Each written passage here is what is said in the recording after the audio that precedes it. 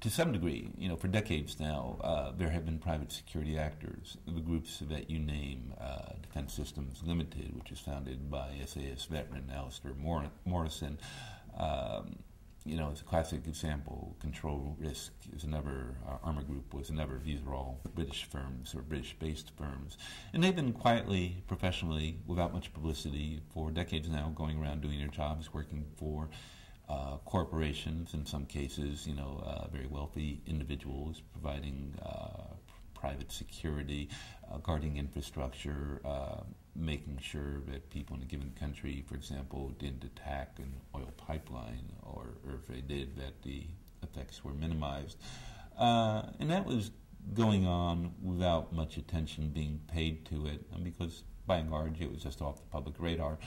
What got people's attention was the actions of a single company, and that was Executive Outcomes, based out of South Africa, notably for their operations originally in Angola, fighting against Jonas Savimbi on behalf of the Angolan government, and subsequently against the RUF, the rebel group in Sierra Leone, well known for its trademark signature of mutilating people by chopping off their arms or their legs, again on behalf of the government, which was very fragile.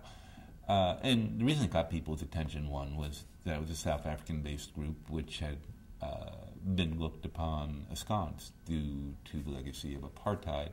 And so you had a bunch of people, predominantly white, who are leading a bunch of people, predominantly black, in defense of clients who were black. And so there's a lot of questions about racial motives. What do we do about these white South Africans? How much can we really trust them, to be doing the right thing, especially since they're doing it for money?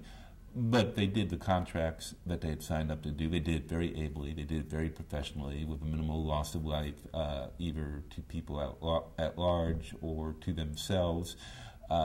In some cases, they did it ahead of schedule. They didn't overcharge. They weren't profiteering.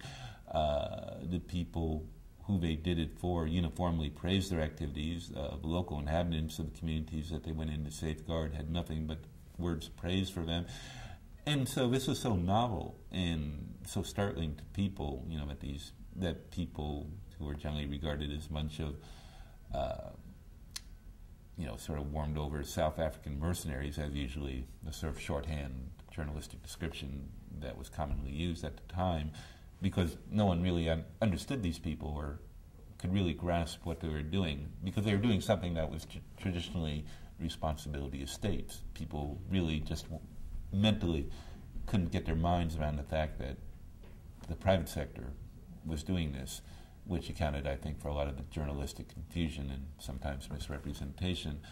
But I think, in a nutshell, that's what got people's attention. And even though groups like Armor Group, DSL, etc., had been doing similar things, although not actually doing direct combat like Executive Outcomes was. And I think that was probably the single unique thing about Executive Outcomes that grabbed people's attention, that they were, in effect, their own non-state military force.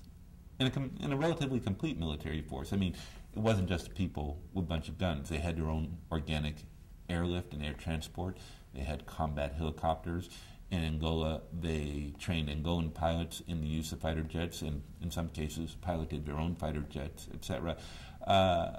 And so, they didn't have their own Marine Corps. They might have had a little bit of their own Navy in terms of using patrol craft on coastal waters, etc., off Angola and off Sierra Leone. I think there was a subsidiary that spun off from EO Severn Cross doing maritime security to this day. But this sort of mini-complete fighting force was fairly unique. Groups like DSL, Armor Group, didn't do that.